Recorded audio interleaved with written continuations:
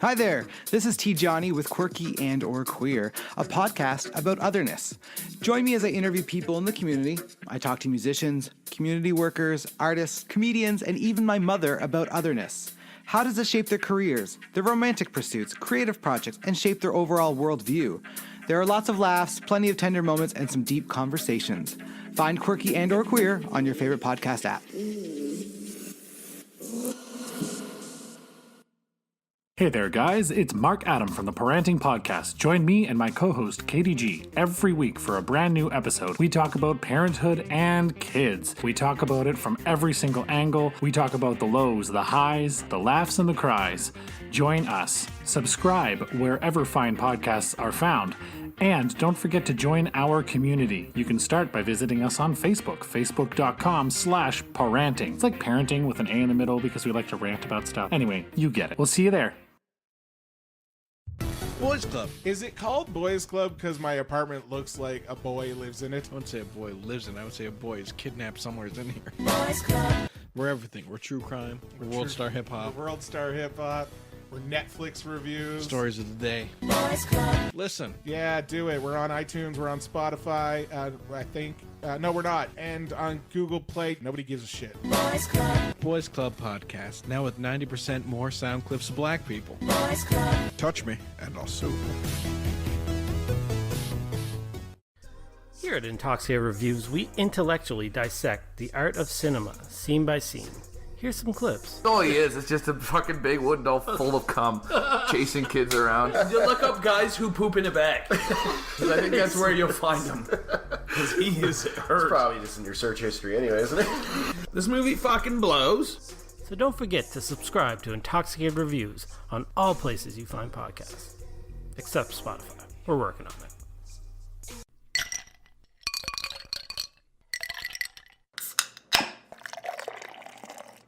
Do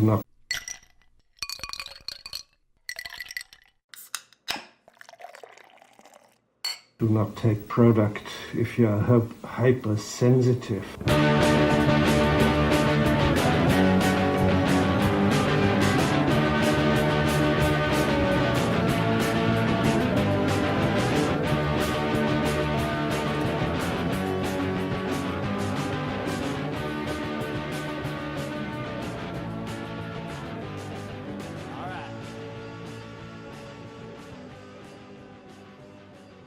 Yeah. It's like my first video podcast, so I hope you feel special. I feel so special. Yeah, I chose you. Oh my goodness. As my first.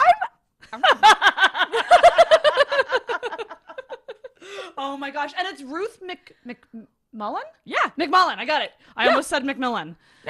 I don't know why. And I don't know why I thought your last name was Hailstone. Because that's my maiden name. It's your maiden name.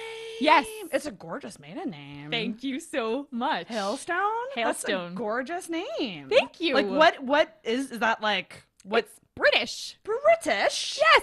It's a British maiden name. It's a British. I can't do accents. It's not gonna happen. No, they always go wrong. Yeah. Oh my gosh, man. Okay, sweet. So you guys, welcome back to the Intoxicated Podcast. Yeah. I'm so excited that we have Ruth McMullen here on the podcast. I'm so excited to be here. Host and producer of Optimistically Depressed. Yeah. You are the host and the producer. I guess so. I never really thought of it that way. You gotta own those podcast titles because you did it. You know? Thank you. Like, you host the show, but you also, like, you know, you release and you edit them and you put them onto the world. So you're also the producer. How does that feel? That feels really I feel so good right now. Ruth came in and I was just like, you're so beautiful. I love you so much. You're so good at what you do. Blah, blah, blah. Like, I know. Overwhelming you with compliments. I came into a wall of encouragement. It was amazing. And I love how you're just like, oh, thank you. Bright-eyed and bushy-tailed.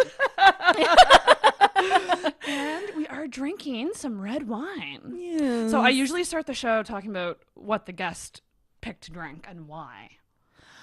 So why? So red wine. What is it about red wine for you?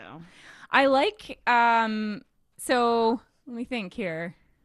You're like, I just like it. I just like how it makes me feel. It makes me feel fantastic. Okay, part of it, I started drinking red wine because I wanted to, like, I associate it with being classy, and I want to be classy. Ooh, that's a big one. Yeah, and then I found that, like, I do like mixers and, okay, see, when I'm going to start talking about drinks, you're going to realize how little, like, how it's going to be a little sad, but, you know. I love sad. It's a weird thing to say. I love the depressing part of your life. We're optimistically depressed. Name drop. It's like in a movie when they drop the name of the title. Oh, yes. I love it when that happens. Me too. It was like, no. I wonder. I see you. I see. I wonder how the actor feels when they have that line too. Oh my gosh, they must feel so special. They must be like, I am saying the title of this movie right now. Oh my gosh, the pressure. Right? You got to deliver it just right. Yeah, 100%. Yeah, because otherwise it's corny. And then there's some movies that it never comes out, and you're like, how did that title even get chosen in any way? Like, what? Where did that come from? Where did that come from? I have not gone to a movie in so long. I have like a Cineplex gift card, and I'm like, I need to just go, but there's nothing out that I want to see. The last time I went to the movie was with my daughter, and we saw the Mary Poppins Returns. How was it? It was amazing. Was it? Oh my goodness, we loved it. Oh my god, I love Emily Blunt so much. She's everything to me. She's just talented. She's so talented and gorgeous. Strikingly gorgeous. Yeah, she's striking. Yeah. I like that word. Yeah, you're striking. Yeah, you're a very pretty lady. I didn't want to bring it up like as like the first thing to like because I think you're so wonderful in so many ways, but like gorgeous. Thank you. Yeah. And your husband is he a photographer? He is. Oh, that's the best. I know. I'm so lucky. Oh my gosh. Yeah, beautiful pictures. Thank you. Yeah. I know. It's like he's so talented. Oh. Sean D. McMullen. Hi, photographer. Sean. Hi, Sean. He's amazing. He's amazing. And he like he's the photographer I feel most comfortable around too. I mean, I know so many awesome photographers, but he's my husband. Yeah, of course. So it's just kind of like, it's kind of like nothing. I had my first photo shoot ever. Well, first like real formal kind of like hours long paid for photo shoot just last week, and woof, it was awkward. Like it was awkward posing. It took me about, I would say, 20 minutes to even just get comfortable. Yes. And this is like with a new friend. Hi, Tyler. Thank you so much for the pictures. I love them so much. And they turned out amazing. But like, it really makes you realize, like it makes me appreciate models more for what they do. Yes. Because like it's so like awkward trying to move your body in certain ways and like get it just right. Yeah. You know? And do you find that you suddenly become much more aware of like your face? Oh yeah. You're just like, what am I doing with my nose right now? Oh yeah.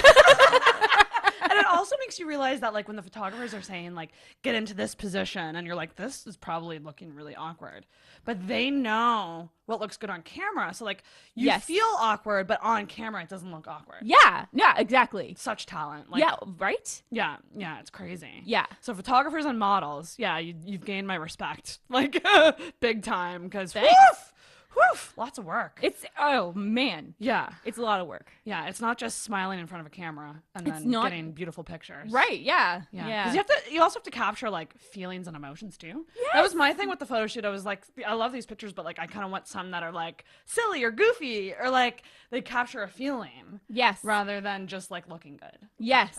So, yeah, I know. You want to like communicate something with your face. With your face. With your face. And then you have to look at all the bad pictures and go, ooh. Dead. Yeah, it really does make you more aware of like your facial expressions and like how you're like, I find like I have a lazy face, like it's really easy for me to like my eyes to just like the dead eyes. Yes, I know. Yes, I the dead did that eyes too. Yeah, dead eyes. It's a big thing. It's a big thing. Oh my gosh, we got off on such a tangent. Yeah, we back did. to drinks though. You were mentioning. Right. You were mentioning. So did you used to drink mixed drinks? Like I used to drink mixed drinks. Like, yeah. And then as I got a little bit older and kind of like, I don't want to spend that much money on a mixed drink. Yeah. Because you got to get the booze, you got to get all the ingredients for it. It's a lot to bring to a party. If you go to a party, you have to bring the mix on. Hey. Rather than just a bottle of wine that you can stick in your purse. And then you're set. And then you're set. Stick in your purse with a little straw attached to the top of it, and you're just like... Ooh, bagged wine? Put some bagged wine in your purse, attach a straw to that shit, then you're good to go. Good to go. Yeah. I have like the remnants of a bag of wine in my fridge when it looks like a sack of blood right now. Like, oh shit, people are gonna look in there and think I killed someone. But I always think, I'm like, this would be perfect for my purse. Why don't I just put it in my purse? Right. It's the purse wine. Purse It's wine. The best kind. But red wine is quite classy, and it's a good, like, after work, relaxing. Relax with a glass of wine. Bubble bath. It's a good bubble bath drink. Yeah. We have a hot tub. And so it's a hot tub drink. It's such a great hot tub drink. It's like my... Yeah, you should come over sometime. I would love to. Okay. That's on mic. You heard it? She invited me. It's happening. Yeah. In the winter, too, that must feel so good. It feels really great. Oh, like the contrast of like the cold air with the hot water. It's just so great. And but I'm such a wimp too, because on like the really cold days when we're going out, I'm like, and it's like 3 steps to the hot tub from the door. It's such like first world problems. I know, right? Oh, I'm so cold getting to my hot tub. To my hot tub. Oh my god, that's hilarious. Yeah. Oh my gosh, so I want to know everything about. Well, actually, we missed it. We also we start with what we drank, but also a friendship origin story, which I want to talk about how I met you because I went to PodCamp, which is a 1-day digital media little mini conference, I guess you could say. Right? Yes. It's like it's weird calling it a conference because it doesn't feel like that. No. But it's kind of like a conference. But you did a session, and I remember like you were right at the end, or like near the end. Yeah, it was right at the end. Right at the end. Yep. And I'm so glad I went to your session because I said, "Oh my god, I was like, depression podcast. I'm in. I'm in." That's awesome. And your presentation was wonderful. You told your story and how the podcast came to be, and nearing the end, people really started opening up, and it was amazing. A discussion / therapy session / like, I mean, we went over you went over time, but in a good way. Yeah, it's because people couldn't shut up. Yeah, and they just kept talking, because you really inspired them. I think, as an audience member, like I walked, like I think when I went up to you and met you, I said that was TED Talk level good. Yeah, that was like, because I want that on mic for when she does her TED Talk. Okay. Yeah. When Ruth does her TED Talk, I want to be the one to say that I called it. Oh, thank you. And this is going on the internet, so the internet is forever. So, so it's right. There's no avoiding it now. Yeah, that's right. Okay, and so that's how I met you. So I just said you should come on my show.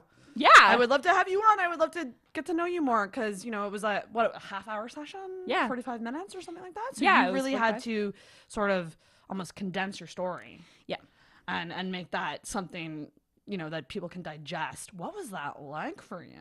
Like doing that? Well, what's kind of funny? I wrote out a whole script. Actually, I did. I totally did. And it took me, I don't know. I guess I kind of worked on it on and off for about a week. Yeah. And the thing is, I know my process well enough to know that I'm not going to use the script. Yeah. Me too. I'm the same. I have notes here that I haven't even looked at yet. Yeah. And so it's like a safety blanket. Right. It's like, see, I put in the work. Yeah. So now I mustn't be sucky because I put in the work. And it maybe makes it kind of like studying for a test in a way. Like I know when I used to study for tests, like I would write out my notes and I would look them over once and then that would be it. Okay. And so it's kind of similar in a way. I think the writing it down and getting it out instantly makes you feel more comfortable. Yeah. And then you realize that you knew it all along and you're fine. And then you're fine. Yeah. And that's definitely when I was up there, it's like remembering parts of it and being like, oh yeah, I wanted to mention that. So it was good that I wrote it out. Right.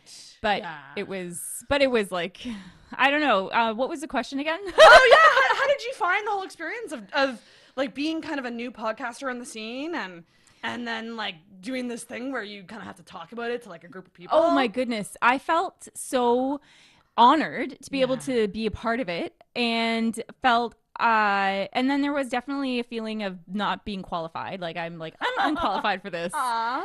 But I think that that's something that women in general tend to struggle with more, right? Like just being like, I'm not qualified for this. Yes. So then I decided, I was like, you know what? I am qualified for this. I applied, I got on. Yeah. They liked the idea of what I wanted to talk about. So I am qualified. Yeah. And then I tried to go from there. And then the fact that you're early along, I think, actually makes it better. Because for anyone in the crowd who might want to start something or do something, they're looking to you because you're in it right now. You're not so far down the line that you're like, oh, this is how you do it. You know, you're in it and you're relatable. So I think that that's actually a good thing that you did it so early along. You know what I mean? Because there's probably people in there thinking, oh, I might want to start a podcast about something. And it doesn't even have to be a podcast. It could be a blog. It could be a YouTube, like really anything. Yeah. Creating anything. Creating anything is scary. Like it's scary to just all of a sudden decide, yes, I have this thing and I'm putting it out there. And I'm putting it out there. Oh my goodness. The day that I decided to put out Optimistically Depressed, I was I was ready. You know, I had a bunch of content and whatever. Yeah. And then Sean, my husband, was like, all right, you putting it out? And I was like, I thought this was a good idea. A little nervous. But now I'm not so sure. What if everybody hates it? Like, it was just like, what if everyone was like, you're such a stupid idiot. I don't know if you had that. Yeah, absolutely. Okay, yeah. And so it was scary. Then it was just scary. I was psyched. And then the day of, I was scared. You're like, I don't want to do this anymore. Yeah. What did I do? Yeah, what have I done? Like, but I made an RSS feed, so I can't back out now. On a website, because and you had your husband helped you with the website and kind of launched it and everything. Yeah, he did it. Wow. It was amazing. Awesome. I told him about my idea, and then the next day he came home and he was like, I made you a website and here's your logo and everything. And it was just like, okay, I guess I'm doing this now. And I noticed that about you guys on social media because I follow you both. Yeah. And what I love about you guys is that you're so supportive of each other. Like you're always pumping each other up and stuff. And I'm like, that's nice to see. You know, that's really nice. So let's go back. I want to get to know you a bit better. Yeah. Okay. Let's go back to the very beginning. Very beginning. The very beginning. So where are you from? I'm from Magnetawan, Ontario. Oh, where's that? It's kind of northern Ontario. Okay. It's about 3 hours north of Toronto. Population of 300. And I actually grew up about 20 minutes outside of it. So in the middle of nowhere. It was farmland. Wow. Yes. Did you live on a farm? We had a little hobby farm. Ooh. Yeah. That's fun. It was so much fun. Oh my gosh. I grew up and so I grew up on this little hobby farm, and then I also went to my cousin's place, and they lived across the road from a dairy farm. Or no, a beef farm. Oh, okay. Or whatever. Cow farm. There was cows cattle there. Farm. It was I grew up in the country. I don't know any of the proper terminology. Same thing for me. I grew up down the street from a farm. I'm like, I don't really know much about that. They do the farm stuff. Yeah, they do the farm stuff. They had cows. Cattle. It was a cow farm. Yeah, exactly. Yeah. And oh my goodness. All of my family back in Magnetawan, they're just going to be, if they ever hear this, they will be absolutely ashamed of me right now. Oh no. It's the first time ever I'll say don't listen. Yeah. Don't do it. Anyway. But yeah, so you grew up in the country. Did you have a big family? Brothers, sisters? I have one brother, one sister. So where are you in the queue? I'm the youngest. Youngest baby. Oh, I forgot to tell you about the bell. Ooh, okay. So the bell is a yes bell, or an I agree, or if someone really makes a good joke, you ding it. It's kind of a multi-purpose bell, but once you start dinging, you won't want to stop. Okay. But feel free anytime to do it. I'll probably be doing that a bunch. Awesome. So it's an addictive bell. Yeah, it's an addictive bell. It's I'm looking forward to good point. To ding. Now it's should I save my first time for something special? Nah, get it out of the way. You can just do it. That's overrated. All right, hold on, let me have a drink first. We haven't cheers yet. Cheers. Oh, cheers. Cheers. It's bad luck if we don't cheers. I made that up. I don't think that it's really true. But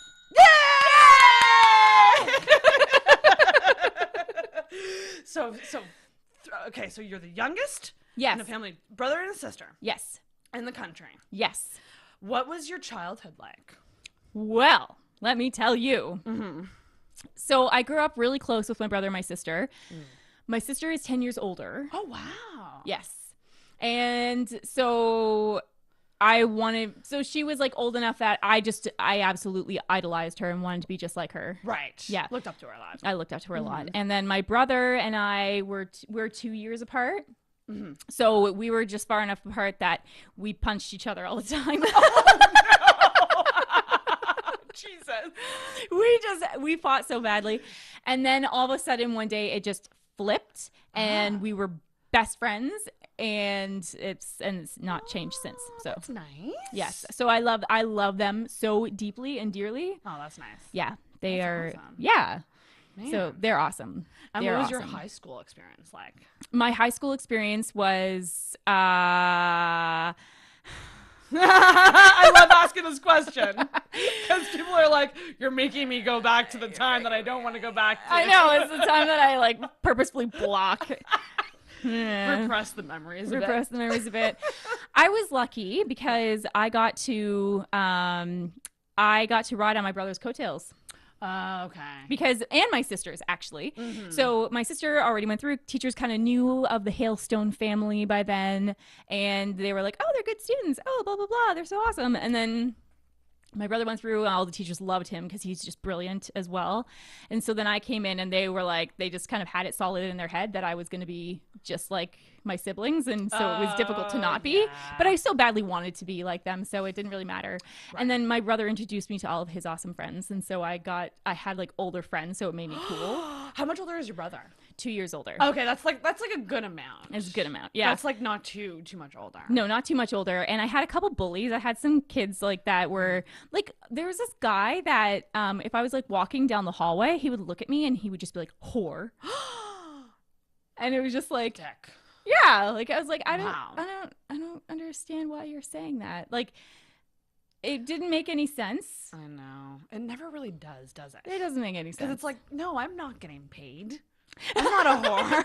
I'm not getting paid. And the other thing is, I hadn't been with a guy yet. Like I was. Oh yeah. Like he was just being mean, right? Like he was just being mean. So, I had my brother and his friends who were like a bunch of older brothers to me, right? And so they were very protective.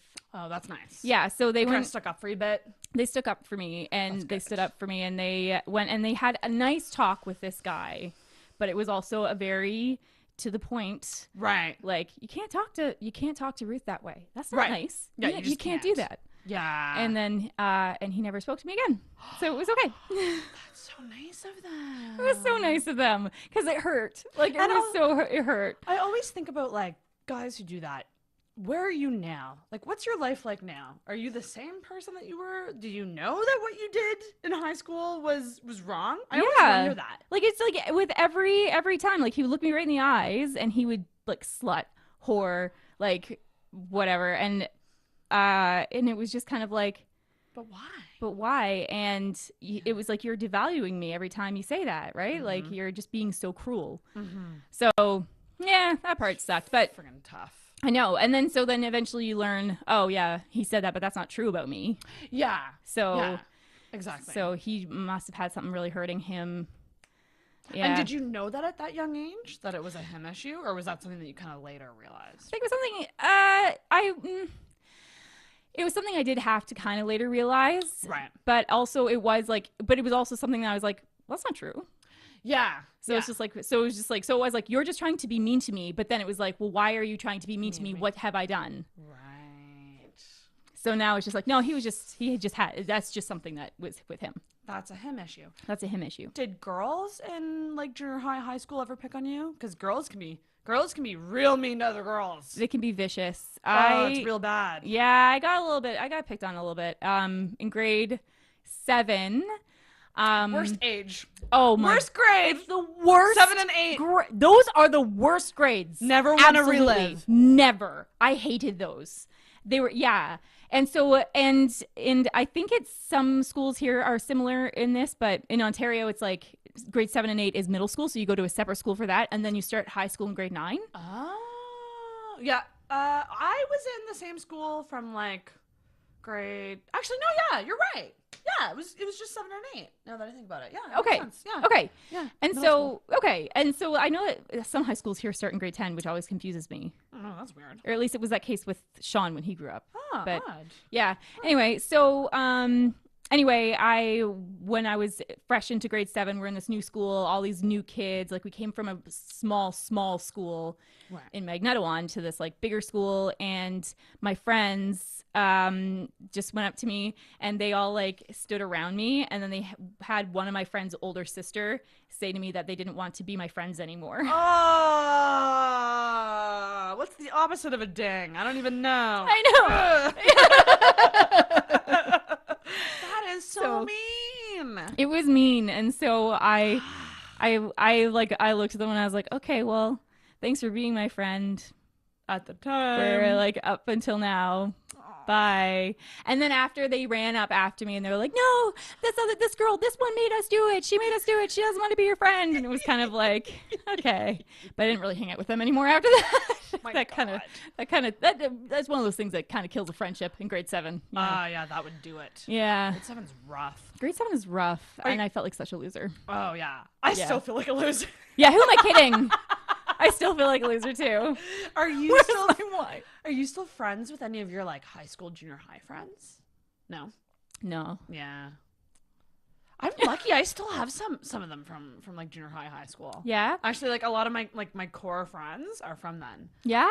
But like I grew up in Antigonish, which is also a small town, not as small as yours. Right, but it like, is a small town. It's pretty damn small. Yeah. But yeah, we've all stayed in touch, like for the most part. Like that's like awesome. A core group, and something about like people who've known you like from way back before puberty. Like you're like, you really know me. You know me. I kind of have one friend. Yeah. He's the sweetest guy ever, but he's back in Magnetawan, and my brother's friends with him. So like my brother became friends with him after school, and they hang out still quite a bit. And so whenever we come back, like we will see him and his wife, and they have a little baby now, and that's really sweet. But yeah, so he was he was a person that was kind to me throughout the whole thing. Oh, that's good. So that's nice, and so I'm happy to have him as a friend, as an old friend. Oh, that's awesome. Yeah, but like we don't really like we wouldn't talk or keep in touch. It's just like, so I don't know what qualifies. Good terms. Good terms. Like we see each other. We're happy to see each other. Exactly. And if you were to run into them, like you could strike up a convo. Yeah. Like, you'd be cool with them. Yeah. It's always weird when you run into people from high school randomly. People don't recognize me. Really? Yeah. I go back to Magnetawan and I look at them right in the face, and about 98% of the time they have no idea who I am. Have you changed drastically in your look since then? Yeah. Kind of. Was it a glow up? Yeah. I call it the glow up. The glow up. I like that. Yeah, the glow up. I've had people comment.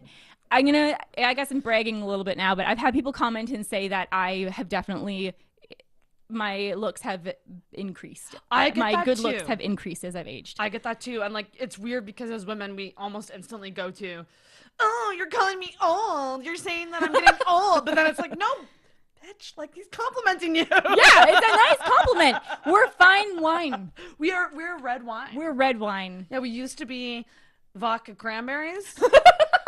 And now we are red wine. Now we're red wine. Still drink vodka cranberries. I mean, I wouldn't say no to that either. They make me sick though, the sugary drinks. Like they're not. You gotta be careful. You gotta be real careful with that. Yeah, like for my 15-hour live stream, I'm gonna have some booze like for the guests, and I'm thinking of just plunking a thing of vodka and like some soda water, and like so that people can choose what they mix it with. But like, I don't like just the juice because it's too sugary. Yeah, it's a lot of it does a lot of bad things. Yeah. Get real sick on that. Yeah, it's a recipe for disaster. Disaster time. It's a recipe for sadness. But when did you meet? You've been with your husband for a while. How long? 12 and a half years. 12 and a half years. Yes. So how did you meet? We met in Bible college. Oh my God, that's adorable. Like, do you remember the moment that you met? Yeah. Yeah? Yeah, I do. We were playing volleyball. Ah! And this is a teen movie. Right away. It's a teen movie. And I was, for whatever reason, not bumping the ball properly. And it was really frustrating because I was a good volleyball player. We hit a nerve. Ruth is like, I want everyone to know. Yeah, good. A good volleyball player. But for whatever reason, I was sucking that day. Not bumping. And so then Sean came up and he was so sweet and he was like, you bump like this. And he like showed me. And in my head, I was like, I know how to bump a ball. But then it was like, you're cute. So did you say that to him? Who made the first move? And I guess that move would qualify as like asking out or like saying that you like them or like whatever that is. I guess I kind of did. Did ya? Yeah. Good for you. Thank you. But see, the thing is, I was actually with another guy when I met Sean. But the other guy was okay. So this is complicated area because it was an abusive relationship. Oh shit. Yeah. So, and I had been trying to break up with the guy for a year, but he would not let me. Like, so I'd be like, I don't think we should be together anymore. But I was also like so timid. So I would be so like just not straightforward when I was saying like, I was thinking maybe like, I just don't really think that we should be together anymore. And he'd be like, no, you're not breaking up with me. We are going to be together. It was presented kind of like a conversation, not a statement. Like not a statement. Exactly. Not like we're not going to be together. It's more like, well, I don't think we should be together. What do you think? Yeah. It was like stupid. Which like is that. such a thing that happens in relationships like that because you're being manipulated. Yeah, straight up being manipulated. Exactly. Yeah. And like because he would just say such like he would tell me, and I was convinced that I was used up. Like, and so he would be like, nobody, like, you're not good enough for anybody else. Like, and you're lucky that I'm with you. Man. Like, so it was like he was doing me a favor by being with me.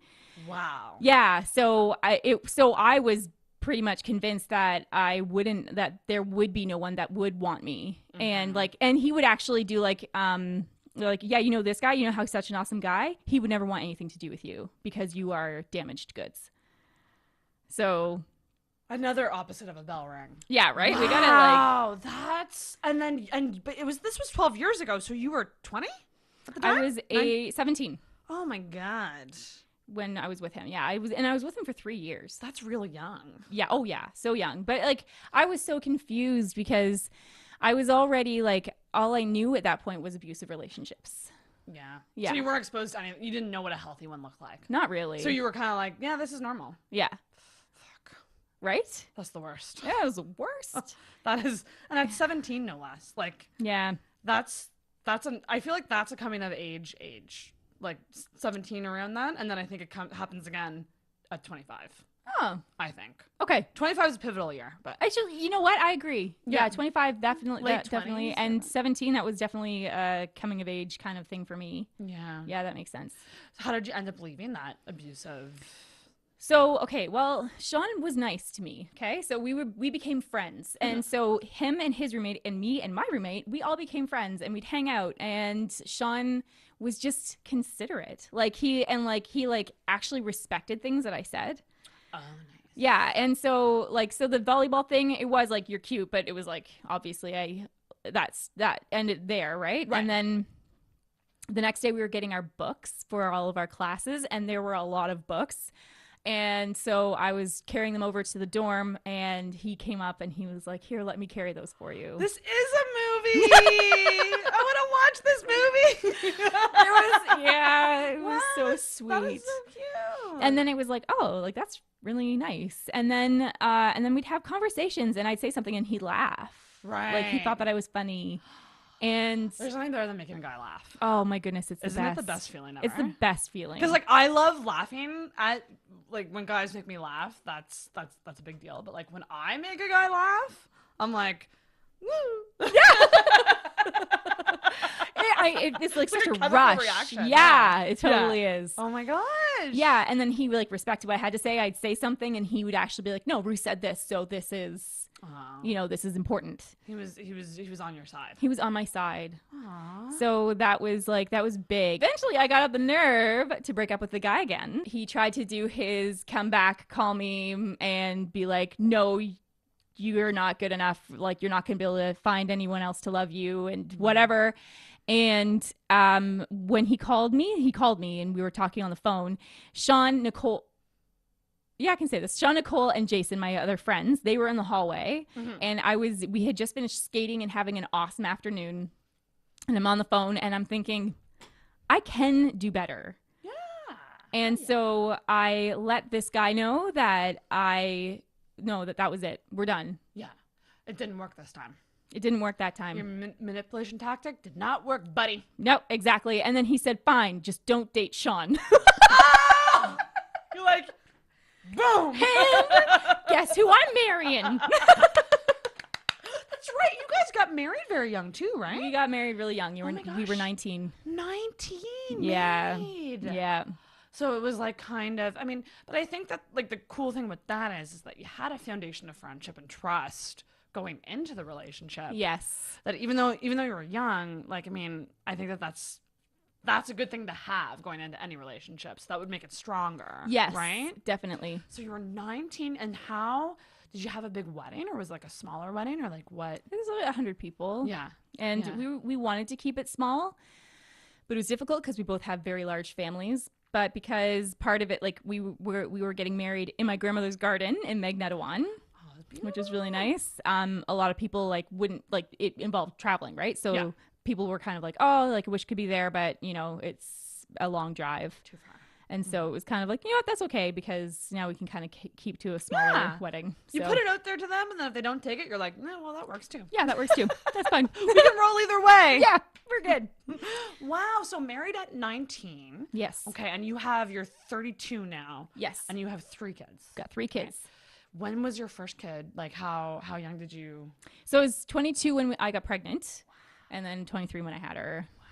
Yeah. Young mom too. Yes, young mom. I was in school. I was going back to university when I got pregnant with her. Oh my gosh. Yeah. Were you in the thick of university? I was actually just starting. I registered for my classes, and then I got home, and then I discovered I was pregnant. Did you? Okay. I people who listen to the show regularly know that I'm obsessed with pregnancy, and no, not in that way. Rephrase. I'm curious about it. Yeah. That's how I'm gonna say it from now on.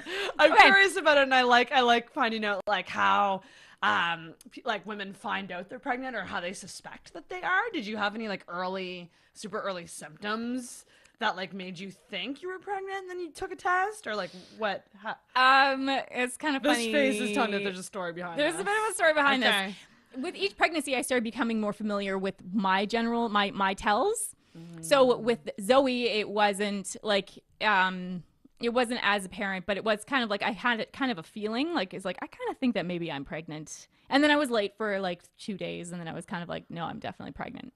But yeah, I went back to school anyway. I hear that all the time, just the general feeling. The feeling, yeah. The gut instinct. Yeah. And then the other thing that happens with me, though, that I've discovered with each pregnancy is that when I am pregnant, I have better eyesight. What? And it happens immediately. So let me tell you, with Owen, we went to New York for Sean's birthday. Flying into New York, I had to wear my glasses to read while we were flying. Flying out of New York, I didn't need my glasses. And you're like, I'm pregnant! Something must have went down in New York. Something happened in New York. It's a magical city. I can feel it. It's a magical city. Yes. Wow. And did you have that with all 3? Yeah, better eyesight with all 3. I didn't have to wear glasses while I was pregnant. Wow. Holy shit. Yeah. That's crazy. Yeah. And did it go away as soon as you had the baby? Yeah, it wore off pretty quick. Yeah. Yeah. It's crazy because I always hear about, I've had friends who've had difficult pregnancies, morning sickness every day. Not even just morning sickness, just puking all the time. Yeah, I know. They call it morning sickness, which is just cruel. It's a cruel way of misleading you. It should just be called, maybe random sickness. Random sickness. Yeah, because it would just happen at any time. But I've heard that, as soon as you, literally get it out of you, the symptoms are gone. Yeah, you're not sick. And that is wild to me. What that does to your body. Oh my goodness. It's insane. Yeah. I'm very much so fascinated by it. And that's why anyone who's had kids, I'm let me ask you 1,000 TMI questions, please. I am so good at sharing too much information. So ding, this is ding. excellent. Yeah, we're both good at that with our podcasts, right? So let's get into it. So you have a podcast called Optimistically Depressed. Yes. And essentially you have guests on that talk about their journeys in depression, like all types of mental illness too, like not just not just depression. Yeah. Any type of mental illness. And obviously your backstory, I assume, inspired you to do this because you're coming out of it. Yeah. Or still dealing with it because we all are. It's not something you get over. No, it's not something that's just cured. You just gotta deal with it every day. When did that start for you in your life? Depression? Yeah. I think that it started, in retrospect, I was definitely depressed in high school. But like some things that kind of happened were like my mom got remarried, and it turned out like the guy that she remarried wasn't too nice. So it was I was very depressed as a result. And I just, when I met Sean and that, like, I was very euphoric for a while because I was like, I'm free. And then, but I was depressed, right? So that does eventually just catch up with you again. Right. But but it got worse, definitely worse for me postpartum. Yeah. Postpartum. Yeah. Postpartum. For some reason I thought I said postmortem. I was like, that's not right. I died, and then I was very sad about I it. got so sad after. Yeah, because you mentioned that in your presentation at PodCamp about the postpartum. Yeah. That's when it really got bad for you. Yeah. And actually prenatal depression, it's a thing, and I had that, but I just didn't realize that was a thing. Like during pregnancy? During pregnancy. Oh, I didn't really realize that was a thing. Yeah, no one knows it's a thing. It's a thing. It makes sense, though. Yes. Right. Because yeah, when your body's everything is going crazy. It's going all over the place. I mean, hormones in general. I know you're looking at me. 32. Yeah. I know. Yeah. It's like, it's one of those things, like, I keep telling myself, like, I'd like to get them checked just to see if anything's off or not. Mm-hmm. Because for me, I tend to, like, when I'm feeling depressed, I can separate the more situational depression. In other words, like, this thing happened and I'm upset. Like, this thing triggered me being depressed versus chemical or hormonal. Yeah. Where it's like nothing happened. No one said anything to me and I'm just literally want to die. Yeah. You know, like there's a difference between, and then sometimes the two mix together and then that's a really bad time too. Oh my goodness. That's the worst. That's the worst. Yeah. So postpartum, like, I just can't imagine. I have a lot of mother friends who have talked to me about that and how hard it is. So was it your first child that the depression kicked in? It started to kick in, during my first child, like after her. Mm-hmm. But then I had prenatal depression when I was pregnant with our second. And it was really bad. Oh, yikes. Yeah, it was like, and no one knew because I was so secretive about it. And I also just didn't realize that it was a thing. Right. Because I didn't realize that prenatal depression was a thing. Like, but I would put Zoe down for her nap. Sean would be gone at work. And I would lie down and I would cry until she woke up. Like, and it was like everything, like, and everything was just so much. Like, everything just took so much out of you. Yeah. So that anytime you had a spare second, you'd probably just let it out. Yeah.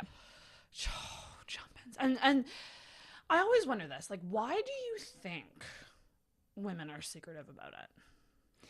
I think because I can make a lot of guesses. and we're just speaking from our experiences and what we've, I mean, like, and the only reason I'm asking is I think it's just something so many women go through. And I feel like we're moving into a time now where talking about mental illness is a little more, it's a little more acceptable. I mean, it should have always been, to be honest, but we're moving into this day and age. Yeah. And so I think now, do you think now women who are going through it might be a little more open? I so hope so. Yeah. I think that it's like, for me, it was like a sign of weakness. Right. To be depressed, it meant that I was crazy. I was just a crazy woman. Right. And add in the layer of you're carrying a child. Yeah. Or you just birthed a child. Yeah. And you're probably thinking, oh, well, I'm a mom now, so, like, I shouldn't be feeling this way. I should be happy and nurturing. I should be happy, and celebrating that I had a baby, and yes, and I should just know everything. That's like another thing. And you were so young when you had a kid. I was a kid when I had a kid. Yeah, you were a kid. Yeah. Oh my gosh. Yeah, and like, and and you were right when you say that, you know, you have kids and like, so you're kind of like, I'm so lucky. I'm so fortunate. So I have no reason to be feeling this way. Right. And then you feel guilty for feeling that way. And I would, that cycle, right? right. And then, so I'm already feeling this. And then I would try to open up with some like other women. Right. And I would just be honest about like, oh man, like it's so hard, like doing all of this parenting, and you know, they won't stop wiping their crap on things, and it like doesn't stop. Oh my gosh. Yeah. And then like, and you know, there's always something that you're kind of running after. You don't have a second for yourself, and like, Right. and so, you know, you're trying to kind of unload a little bit, and then I would be like corrected on my feelings, you know, like, oh, but you know, it's not that bad. You know, you love your kids. Oh, but it's great. And it's just kind of like, I know that it's great. Like, don't tell me that, like, you're giving me information that I obviously know. Do you really think that I'm that stupid that I don't realize this? Seriously.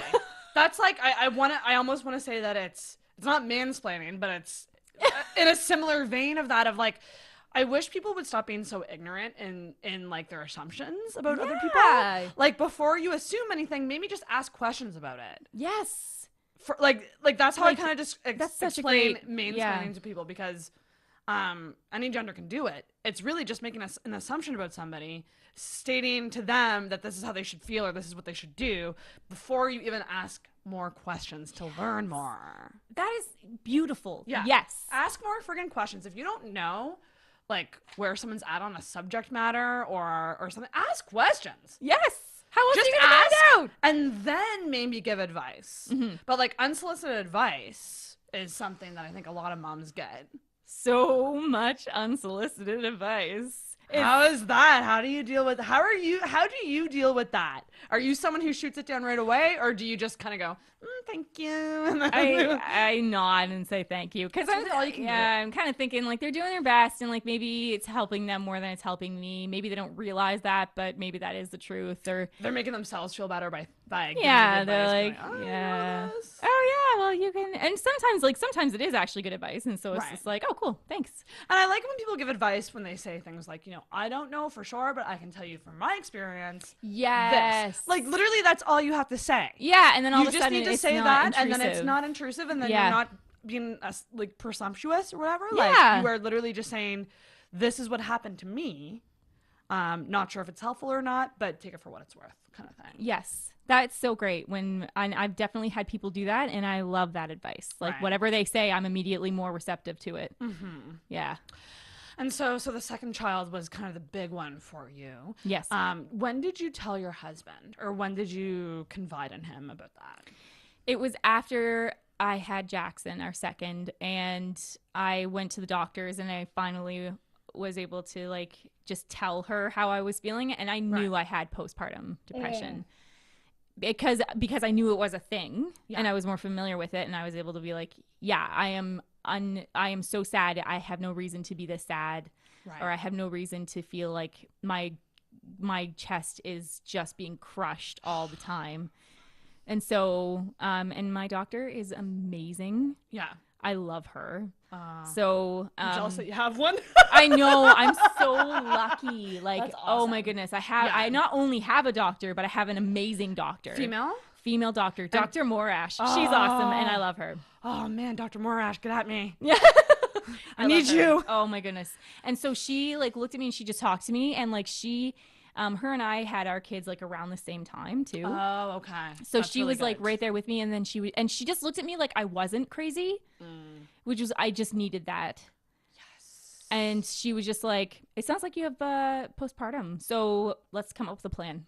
And it was just like, okay.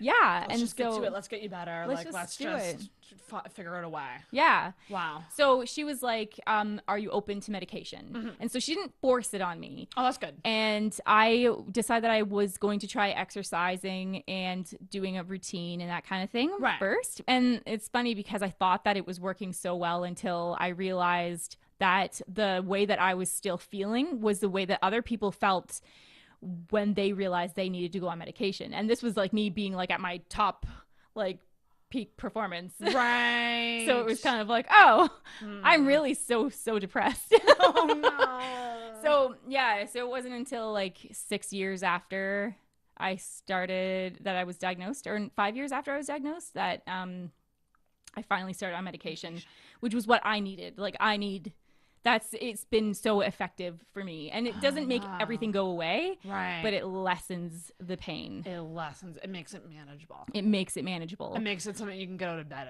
at least. Yes, and then wake up and just be like, oh, I can get out of bed. Like, wow. And like, in terms of, everyone has different ways that I think depression manifests in them. Yes. How did it manifest for you?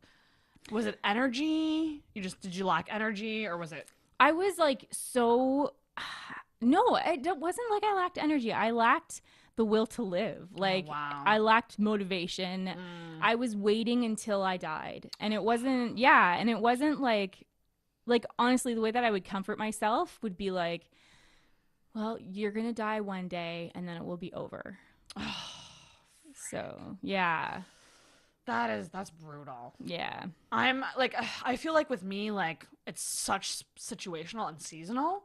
I've been lucky to have never gotten to the point where I've felt suicidal. But I know a lot of people who have, and I'm just like, I don't know how you pull yourself out. Like, it's so hard because, like, you just feel like you would just be doing everybody else a favor. Right. Like, you're not thinking that people will really miss you. Like, you're right, because you feel so worthless. You feel almost so think worthless. that it's gonna be a good thing. It would be a good thing, yeah. And it's like, well, of course they'd be sad at first because like, it's always shocking when someone dies, but then it's kind of like, yeah, but then they wouldn't have to deal with me anymore. Right. Like the mopey Ruth. And do you think that is something that women experience more?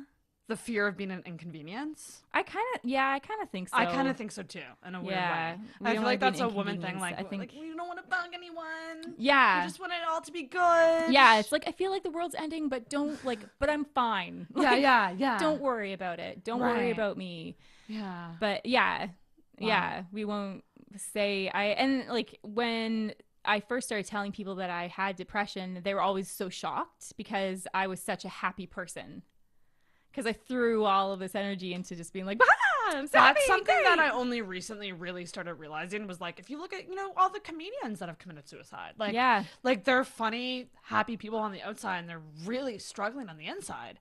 And I think that adds to it because you feel the pressure to always be on. Yes. Or like to always be bubbly, to always be talkative, to always have energy. And like, would you say that do you consider yourself like an extrovert? Or like I'm an introvert, but I'm very good at being extroverted. Right. Yeah. So like, and you're obviously quite, I would say, bubbly. Yeah. From having met you. I think I'm bubbly. Yeah. Yeah. So you feel the pressure. And like, when you're feeling that, you Yeah. would feel the pressure. Like, it's almost like you're choosing roles, like you're playing a part. Yes. Yeah. You're not being genuine to yourself. Not being genuine at all. No. Man. Oh man. And so when you were in those like really dark times, so like the times that you said like you lost kind of like your will to live. Yeah. What would pull you out of it, or what would you do? And when I say pull you out of it, I just mean, like, for lack of a better word, not go through with it. I had a very close relationship with my grandmother. Oh yes, you were talking about this. Yeah. And I talked to her at least once a week.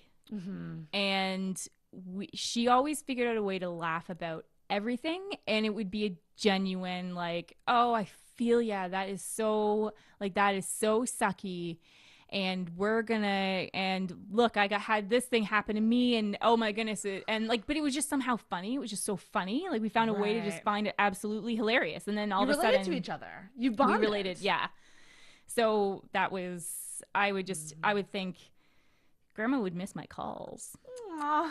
And yeah, and then like, and also like, I was thinking like, my kids don't know my annoying part of me well enough to not want me around. Like, they want me around, so I got to be around. Right. Yeah. Right. And then your grandma passed away, right? Yes. Yeah. So then it was like, I lost your person. And so I was very fortunate. I did find other people. Like, I did. And the thing is, like, Sean would be my person. But the other thing is, because he and I were married, are married, it was like I didn't want to always have that pressure on him. I wanted him coming home to me to be a relief, not something like, so I didn't want to be like work. Exactly. Again, probably a woman thing. Probably a woman thing. Yeah. It truly is hard to change your way of thinking. It's very difficult. And it takes a long time, and it takes a lot of putting yourself out there to do that. Yes. So like you mentioned in your presentation that you were scared that he was going to leave you. Yeah. In fact, I was convinced he would. Oh my gosh. Mm-hmm. I was just waiting for it to happen. And then I told him about it, and he was like, okay. Yeah, let's roll. Let's do this. Yeah, let's your team.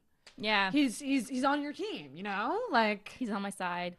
And then when I eventually got to the point where I was like, Sean, I got to go on medication. He was like, okay, yeah, let's do this. Let's do this. Yeah. Like, it was just very different. And then when I finally went on medication, it was like the clouds cleared. Yeah. And all of a sudden I could see things much more clearly as well. Like it was like, oh my goodness, I felt that way because of this. And like because of this paranoia, and this paranoia kind of came out of nowhere, and this paranoia is tied back to something that happened in my childhood, and this you're like really like hyper self-aware of it. Yeah. And like so being aware of it almost doesn't give it power. Exactly. Yeah. Yeah. I think that like, so you're still experiencing it, and you're like, okay, I'm experiencing this thing, but at least I know where it's coming from. Yes. Ding, ding. Hey! Yay, medication, self-awareness. Yay, medication and self-awareness. It's so great. Did you do therapy at all? Like talk therapy? Yes. Oh, yeah.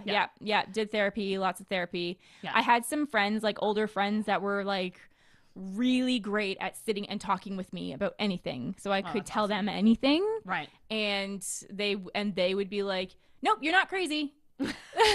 Like, and that's such a thing. Like that, like the fear of being considered crazy. Yes. And I haven't, like, even with depression, but even with, you know, like just women in general, like if they're in a situation with a guy that they might be nervous about something, or they might have an inkling, or like they might think this person's being unfaithful to me, or this person's manipulating me. Mm-hmm. And there's this fear of it's because they might make you feel like you're crazy, but you're not. And we're terrified of being called crazy. We're terrified of being called crazy. It's like a stigma. It is such a bad stigma. And that's one of the things I'm hoping to lessen with the podcast. It's all coming full circle. Yeah. And so you went on the medication, and did the medication... Did it help right away? Like almost like as soon as you went on it? Yes. Like it started working? I was one of those lucky few that the medication started working the day I took it. Whoa, the day of. Yep. And I talked to my doctor about it after, and I was like, is that like the placebo effect, or does that actually happen? And she's like, it's rare, but yeah, it happens. It happens. So, wow. And it's almost like, I think too, like the fact that you had a good relationship with your doctor probably speaks volumes for it, because like I happen to know of people who have gone on medication that their doses are all over the place, and the doctors don't really care, and they're just writing a prescription, and they're just being put on these things, and then like all of a sudden like there's like unexpected weight gain, and like and then it's a struggle. And it's a struggle, yes. And so I feel like that's a huge factor in it. Maybe she knew exactly, because she knew you, she knew what to put you on and what dose and what would probably work. She was amazing. And I did have to get it adjusted again a few months later, because I was feeling great but was unmotivated. So I was like going back to bed. Like I get the kids to school, like my two oldest to school, and I grab Owen, and then I'd be like, here's my phone, watch something. Go to sleep. Yeah. And so I talked to her about that, and she's like, aha, then we should do this. And then it worked great. And like she's so great. Yeah.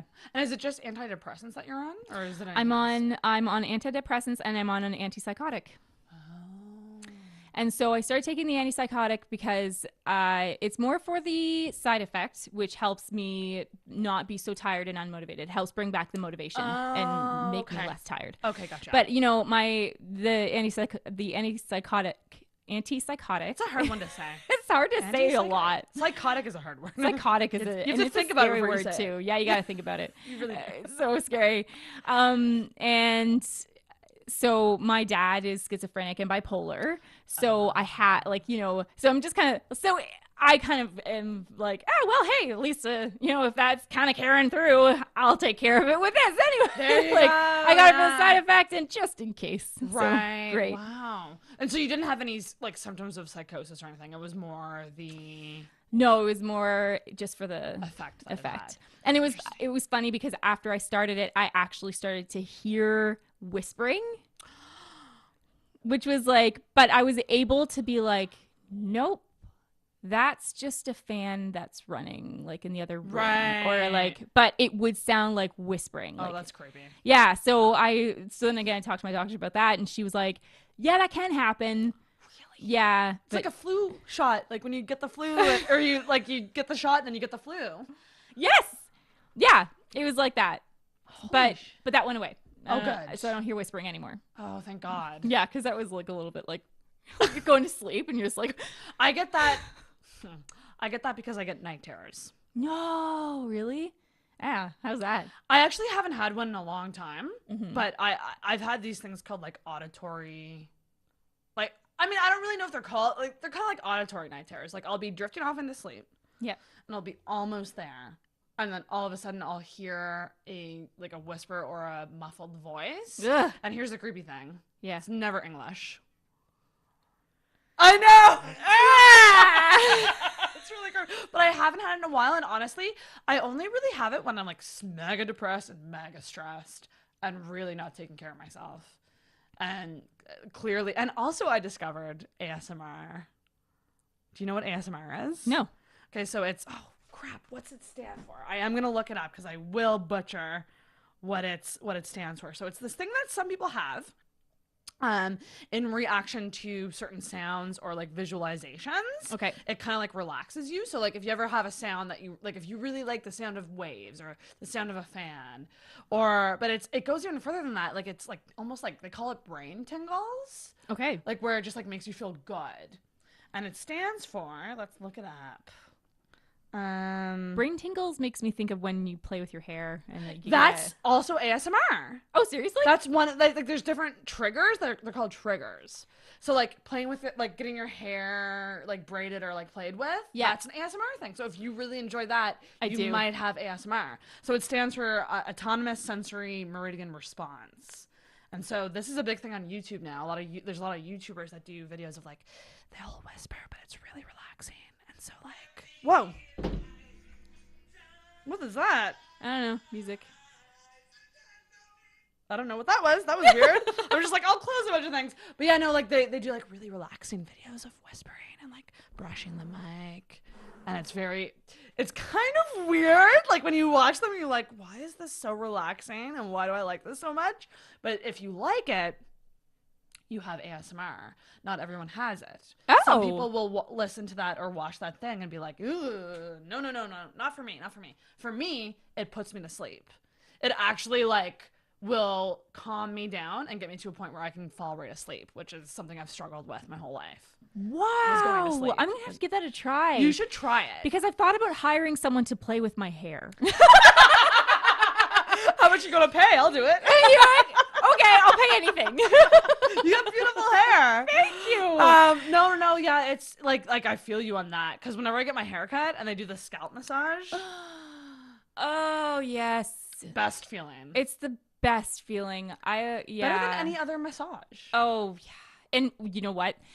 I get massages and there is part like where like I get my head massaged and that I'll be like, I'm done. Yeah. Oh, yeah. Yeah, there's actually ASMR videos where you can just watch other people getting head massages.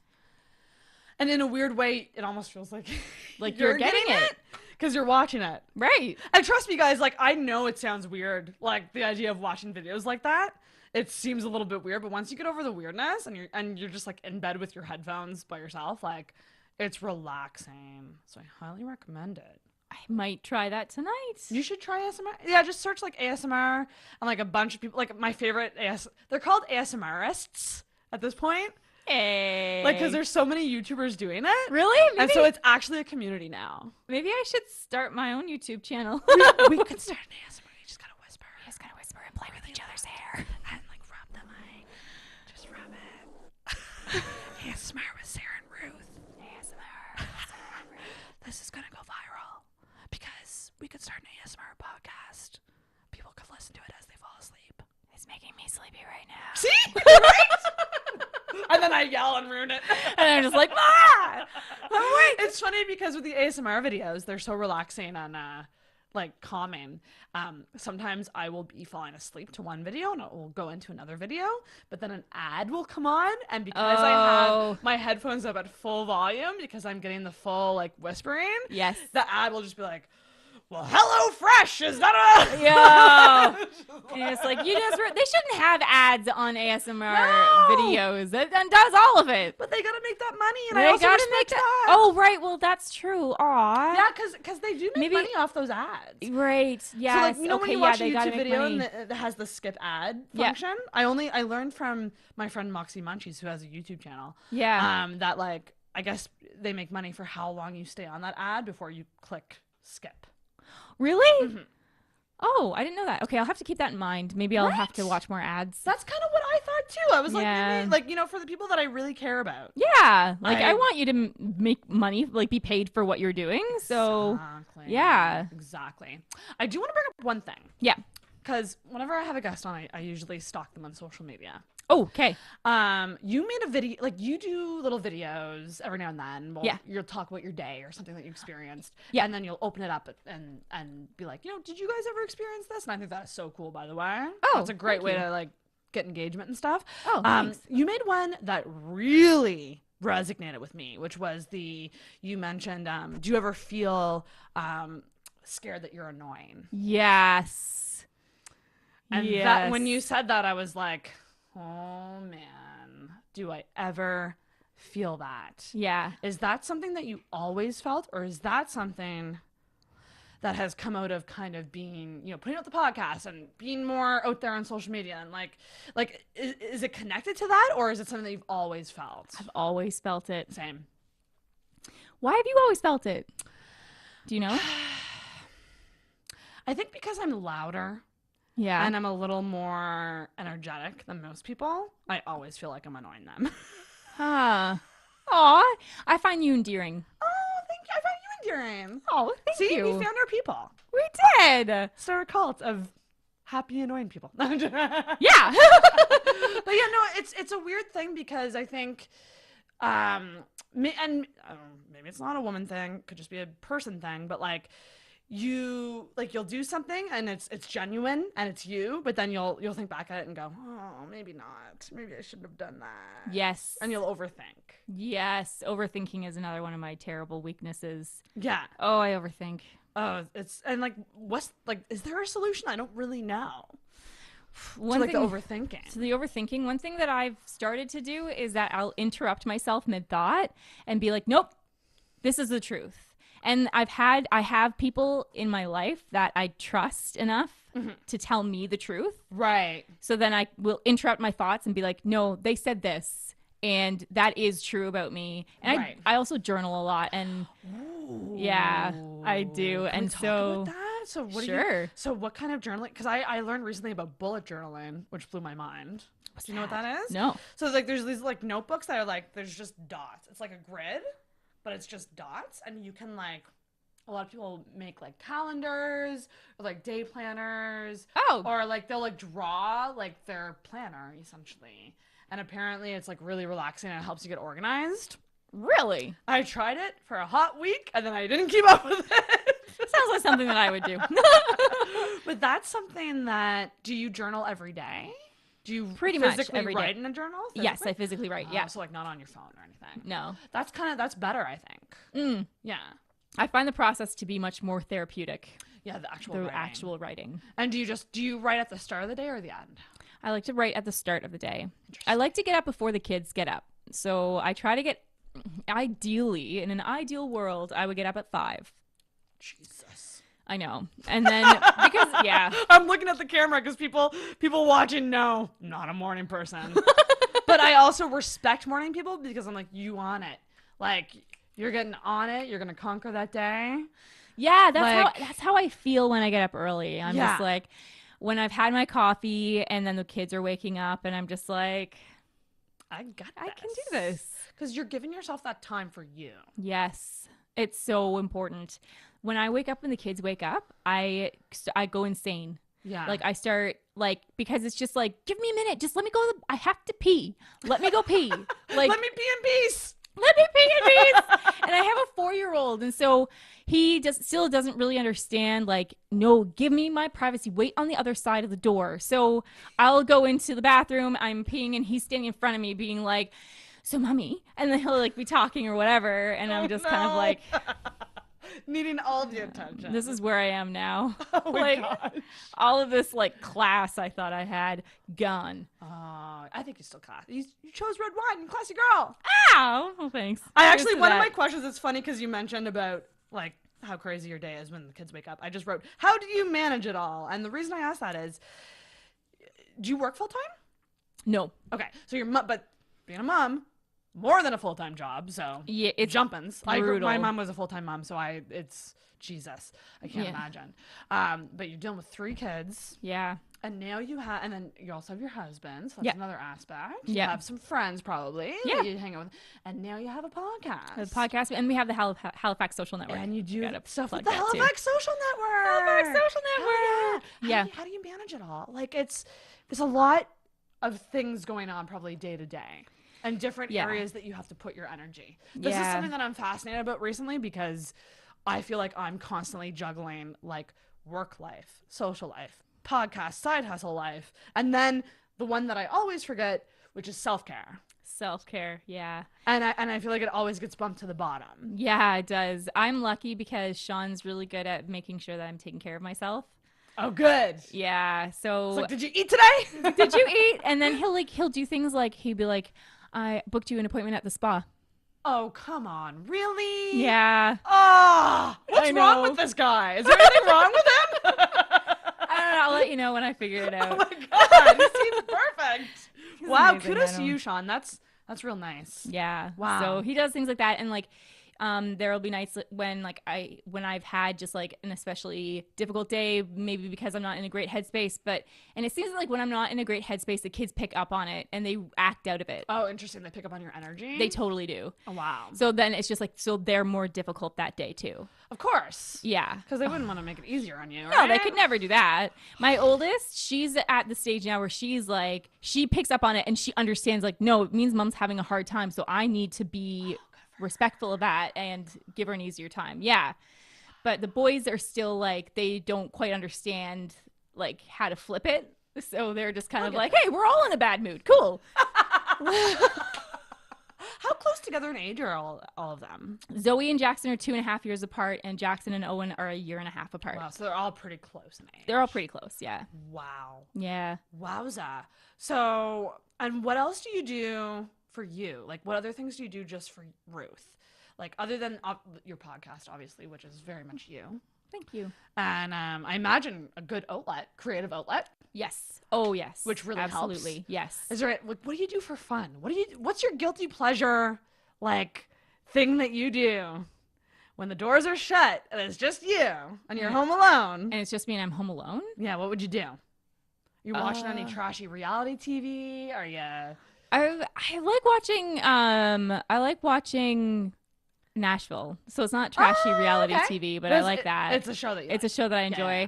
I don't know. See, I'm trying to think, and like lately, you're like, I don't know. I don't know.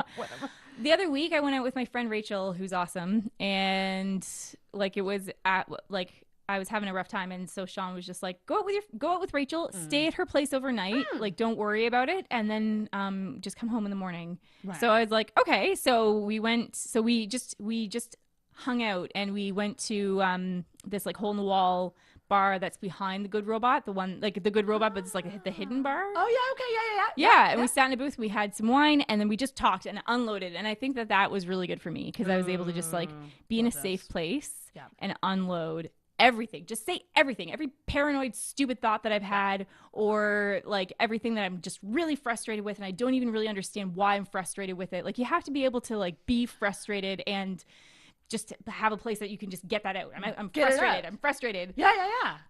Because your show, and I want to ask you about this, because your show is you interview people. Yeah. I haven't listened to like the first couple earlier ones, but have you ever done an episode about your story? about I your... haven't yet. Not yet. I think maybe I will. I have another friend who kind of joked. I was like, would you be on my podcast? And she's like, only if I interview you.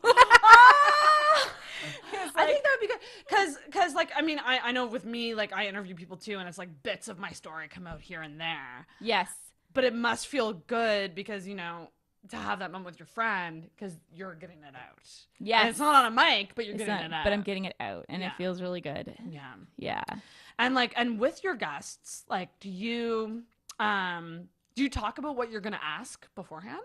You kind of prep Not really. Because they're do, friends, right? Yeah, they're generally friends. Although I have interviewed actually, I've interviewed quite a few people that I didn't know until we got together and we were like, let's do this. Yeah. And I meet with them beforehand. We talk for about an hour or so, and then we kind of get to know each other. And then it's just kind of like, okay, so whatever you want to share, like I make sure that they know that they're the person driving the conversation. That's 100%.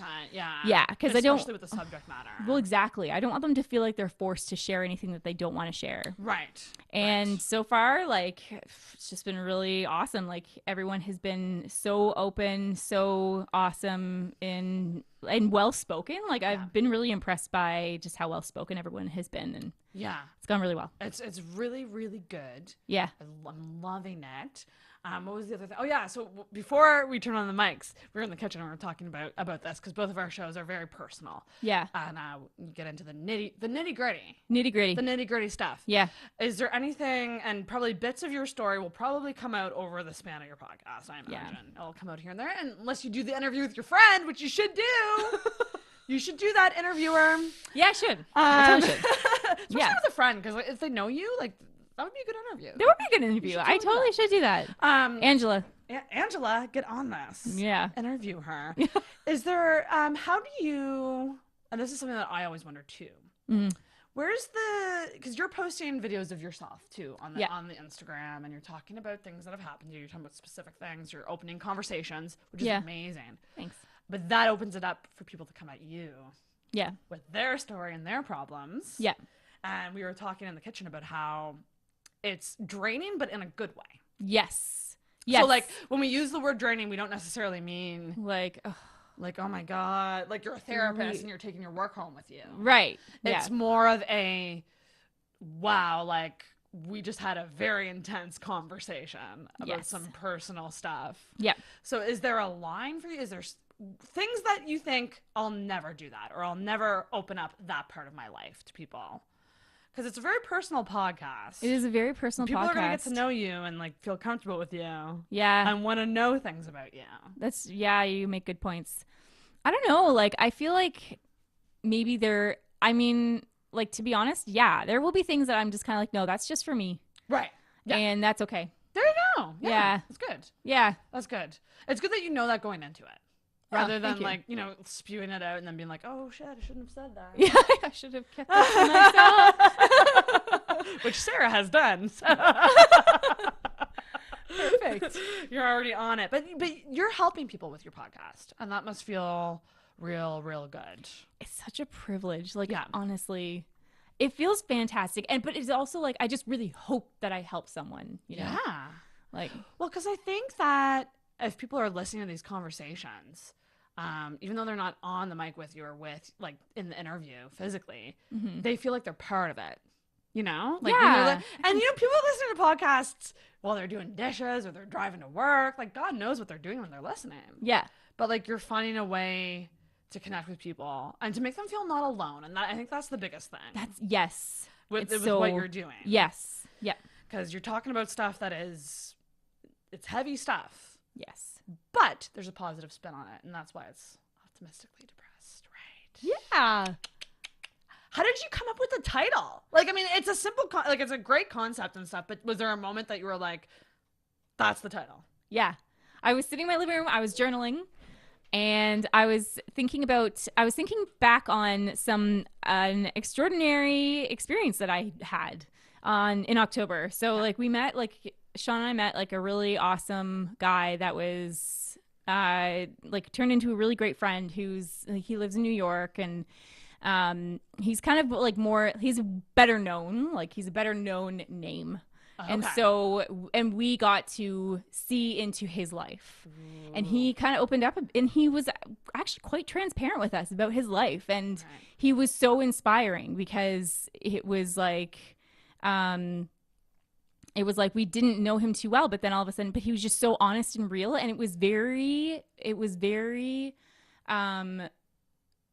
what's comforting? the word? Maybe? It was comforting and freeing. Yeah. It was liberating. Like having conversations with him, like it was very liberating. Oh, wow. Mm-hmm. And so cool.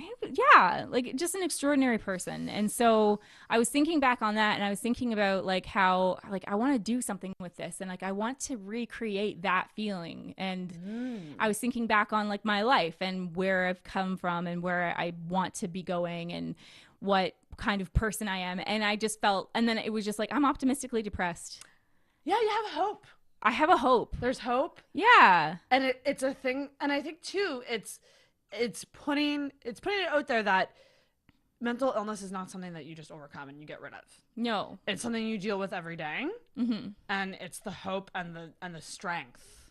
Yes. That keep you going. That keeps you going, yeah. And you're being optimistic. You're admitting that this is a thing that exists, and it exists, and it friggin' sucks sometimes. Yes. But you're going. Yeah.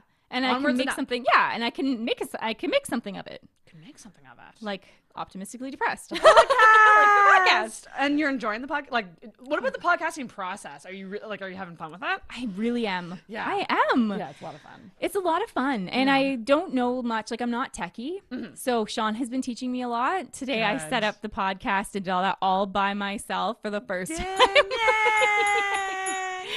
Yeah, because setting things up, like we just use GarageBand, right? Yeah. And so like, but like we use 2 mics, and I don't know, whatever. You're clicking all these buttons, and You just blink. it works. And then you're, like, you test it, and then you're kind of adjusting the gain or whatever. Anyway, I did it, and we'll find out when the podcast comes out if the sound quality is any good. Oh, but I think it's great.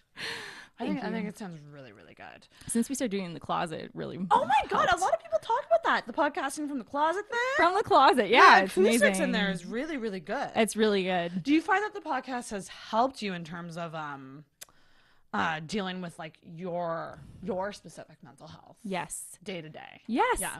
Because like the people that I'm meeting and interviewing too have such great advice. Right. I find them all inspiring. Yeah. So it's been so helpful because I've found myself reciting things that they have said when I'm feeling down or having doubts or whatever. I'm just thinking about them. Like so it thinking almost about something starts I like said. a therapy session for them, but then it turns it therapy around for me. Yeah, that's happened to me too. Yeah. Where I'm like, oh shit, I just realized a bunch of things about myself. Yes. Yeah, they say something and you're like, oh, you're looking into my soul. Yep. Power of podcasting, baby. Yes. That's what it it's is. amazing. Because, yeah. And yes. I think, and that's kind of another thing I want to bring up with social media, because I feel like in a weird way, even though podcasting is obviously like you're recording something, you're packaging it and putting it out into the internet. Mm-hmm. So there's a social media aspect to that. It is a hour or two of time where we haven't looked at our phones. The only time I looked at my phone was to look up what ASMR is. Yeah. So like you're putting your phone away and you're face to face with somebody. Yes. And I don't want to use the word force, but like you're encouraged to have a damn conversation. To have a have a conversation. In person, not on apps and not on text. Yes. So I think That's that nice. really helps too. Yeah. Because like what and maybe your guests, like I know with me, I've had guests on where I'm like, I don't think we would have had this conversation if it wasn't for the podcast. Yes. You know, yes. if there wasn't like a reason to do it. Mm-hmm. Or an intent behind it kind of thing. Mm-hmm. Is there anyone that, here's a question. Yeah. Anyone you want, anyone in the world, do you have a dream guest? Yes. Oh, who? Adrian Grenier. Who's this? Adrian Grenier. Okay, I don't know who he is. He's our friend. Adrian I was talking about before. Have you ever seen Entourage? Oh my God, is he the main guy in Entourage? Yeah. Oh my God, yeah, that's the guy? Yeah. Oh, wow. So I hope maybe one day, but he's really, like, he's busy. But, New York, but do you that's stay in my touch? dream one day. Do you stay in touch? Yeah. I know. It's cool. It makes me feel cool. My mind is, I gotta quit my job. I know. Well, it's like, it makes me feel cool, but it's also like, because he's a great person. Right. Yeah, So, yeah, like, if he was a jerk, I wouldn't be so interested in staying in touch with him. That is really good to know that he's a great person. I Yeah, always he's a worry great about person. like celebrities or like famous people because I'm like, do I want to meet you and talk to you and find out you're a jerk? Yes. And one thing that he actually told us, like when we were talking one night, he's like, don't meet your hero. They will disappoint you. that's a thing, I feel. Yeah. And so, but if anyone's hero is Adrian, they'll probably be okay. That's fascinating. So yeah, I would love get on her podcast, Adrian. Yeah, but we'll give him time because he's got things that he's doing. Busy. He's busy. He's saving the world. Wow. He's saving the oceans. Like really? Yeah. I didn't see. And then this is stuff that I never knew about him. Yeah, Lonely Whale So- is his a thing, an organization that he has started, and he's saving the oceans. He's saving the world. That is so cool. Yeah. I love it when you hear celebrities doing stuff like that. You're like, you're using your powers for good. Yes. Your powers and your money. Yes. I do have another, and it is again in regards to another one of those Instagram videos, because you also made a video about being complimented by men. Yeah. And feeling like that you liked it, but then you felt guilty. Yes.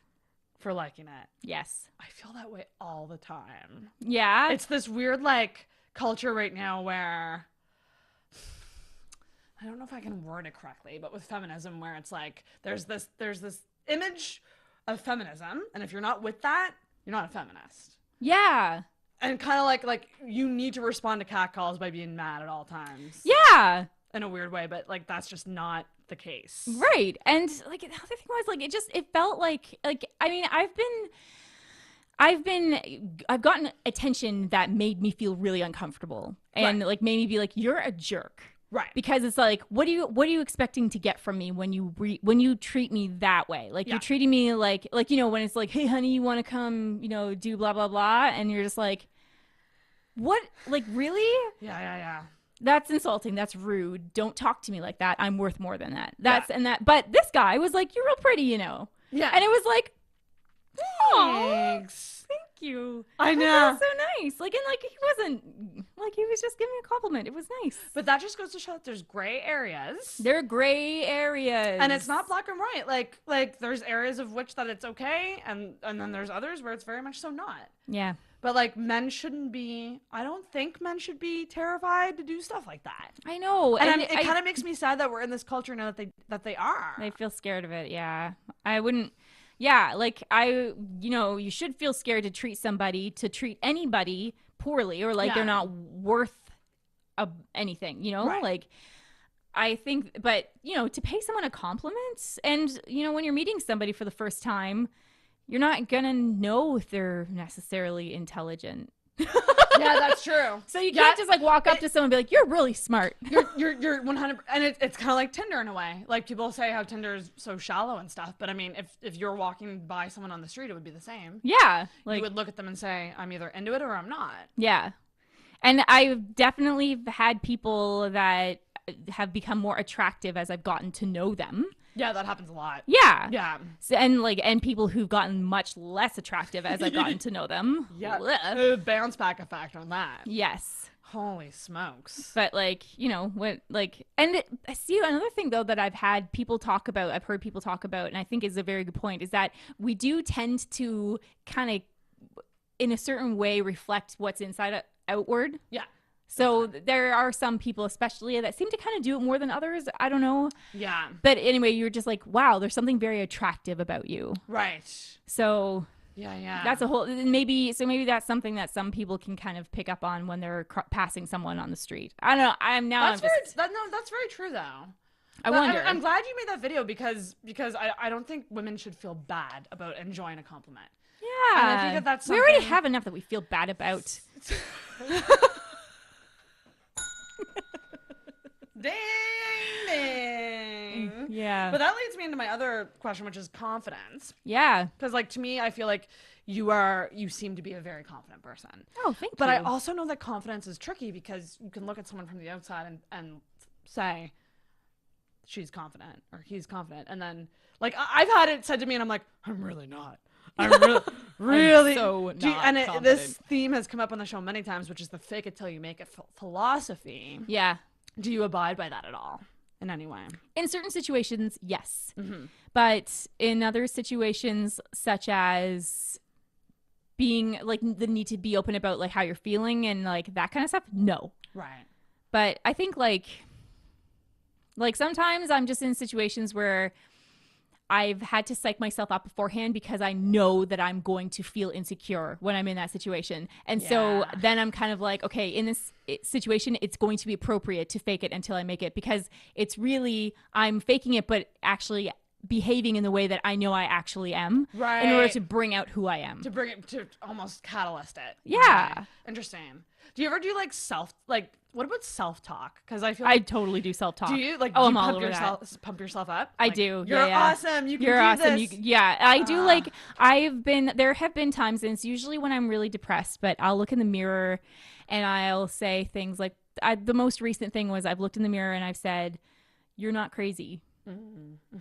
Like, you're not crazy. You're not crazy. You're not crazy. It's very simple, but that makes total sense. Yeah. And I've also looked in the mirror and said things like, "You're worth time." Yeah. Like, and Yeah. and That's huge. yeah, and then me being able to do that has made me more able to go to somebody and talk to them.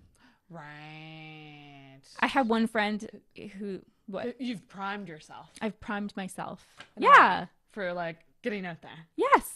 I love that. It was so great. And yeah, I have one friend that is such a dear friend that I meet every now and then to talk about some deeply philosophical stuff. And the morning that I was actually going to be meeting him for something, I was looking in the mirror telling myself I wasn't crazy because I was feeling crazy over something. And then we got together and then I ended up telling him, I was like, I've been feeling crazy. Right. And then he looked at me and he was like, "You're not crazy."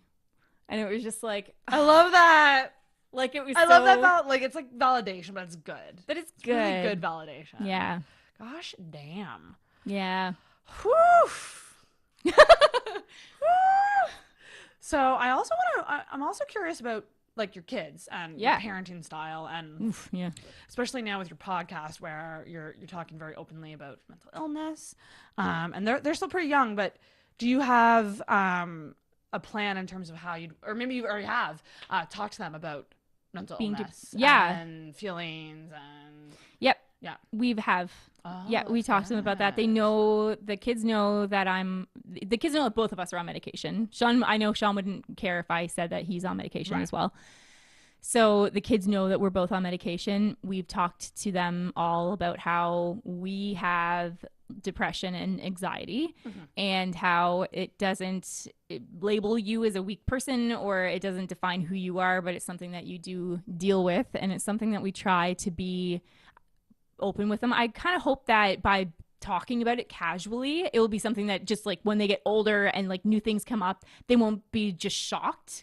Right. They'll Like, be a little more prepared. they'll just kind of be like, "Oh yeah, that's a thing. Yeah. That exists. Yeah." And like I've talked to them about my dad, like with his mental illness, and just how like sometimes I'll have conversations with him on the phone and I want to be there for him, but it can be difficult because he will believe things that just really aren't true. And like, he's told me things like, like, "I don't feel any love for you." And like, that hurts. And so then I have to be like, "No, you love me." Like, which is like, and like, it's just, it can be, like, I'll hang up the phone and I'll just be like, I have nothing. Right. And like, but like, and just on the days that I'm feeling a little bit more vulnerable anyway, I'm just kind of like, my daddy doesn't love me. Like, so my daughter is especially susceptible. My oldest son is starting to become more like aware of that, and they'll be like, "What's going on?" And so then I'll just explain to them, "Well, this is what's going on. My dad has schizophrenia, bipolar, and he'll say some things to me that aren't true, but they still hurt my feelings." Right. And so they're like, I think they're very emotionally intelligent. Oh, that's good. Yeah. That's probably because you are putting that on the table at such a young age. That's what I'm hoping. Yeah, because that was unheard of when I grew up. My family. Oh yeah, we didn't talk about that. Yeah, no, we only talked about it because it was what my dad had, and I was convinced that was so. If anyone had a mental illness, it was like that was it. That was the end of your life. Oh wow. So, there's so many spectrums of it, and that's something that I think we're shown the extremes. Yes, we're shown the very happy people who are perfect. Yes. And then we're shown the people who are like the extreme degree of mental illness. The extreme, yes. We don't so much always talk about the in-betweens. Yeah. And the people who deal with it every day that maybe aren't saying it. Maybe you don't know. Like, I mean, I just feel like everyone has experienced it at least once. You've got to. Like, it's just such a common thing. Yeah. And so, like, no one should feel alone, and everyone should feel like they can talk about it. Yes. To anybody. Well, I mean, like, anyone you trust, obviously. Right. Don't talk about it with people you don't trust. Right. But, like, people should know that. Yeah. And they should know the degrees, but also, like, that every degree is important. Yes. You know? Yeah. Each one needs to be worked with. Yeah. And it has to be, like, a daily thing that you work on every day. Yes. Yeah, it takes effort. You have to put in that effort every day to sort through it, and it's brutal. Yeah. So you do journaling. Is there anything else you do to kind of help you? I mean, obviously the medication is huge. Right. Is there anything else you do to help you on a day-to-day basis? Yeah. Okay. So some of the things that I do to help myself are like I exercise. I do like running. I love that. Right? Like, I mean, I say I like running. I hate running, but it's like the exercise that I hate the least. Yes. I think maybe once you're in the running. Yeah. And you'll like enjoy it. Yeah. And like I've been doing it for so long now that it's like I'm just used to it. And and I get to watch, we have a treadmill. Ooh. So I get to watch TV while I run. Ooh, double duty. Right? Hell so yeah. it's great. Yeah. And then I do a bit of weight, like, or body, like, whatever. Shaping, sculpting. Yeah, some of that. Yeah, that stuff. Yeah. And I don't know anything about that. You don't know. I just do it. What it's called. Do you go to the gym or do you do it at home? I do it all at home. I don't like going to the gym. Oh, yeah. Frig the gym. Blech. No, not a fan. No. Not a fan. And that way I don't have to shave. Very true. Yeah. I mean, like, I guess you don't have to shave when you go to the gym either, the but I don't have to do it. Yeah, I don't have to do any of that junk. I can just be like, hey. Roll out of bed. Do you do it in your living room, your bedroom? Do you have like a space for it at home? We have a space for it downstairs. That's good. Yeah. A designated area. Yep. Yeah. So it's is it a beautiful kid-free area? Are the kids allowed? No, they come in. Oh yeah. So there so many times I'll be like running, and then they'll like come in and they'll be like, "Ooh, fun!" and they'll like bring out their toy cars and like start throwing them on the treadmill. Oh, no. And I'm like, no, don't do that. That is giving you a challenge.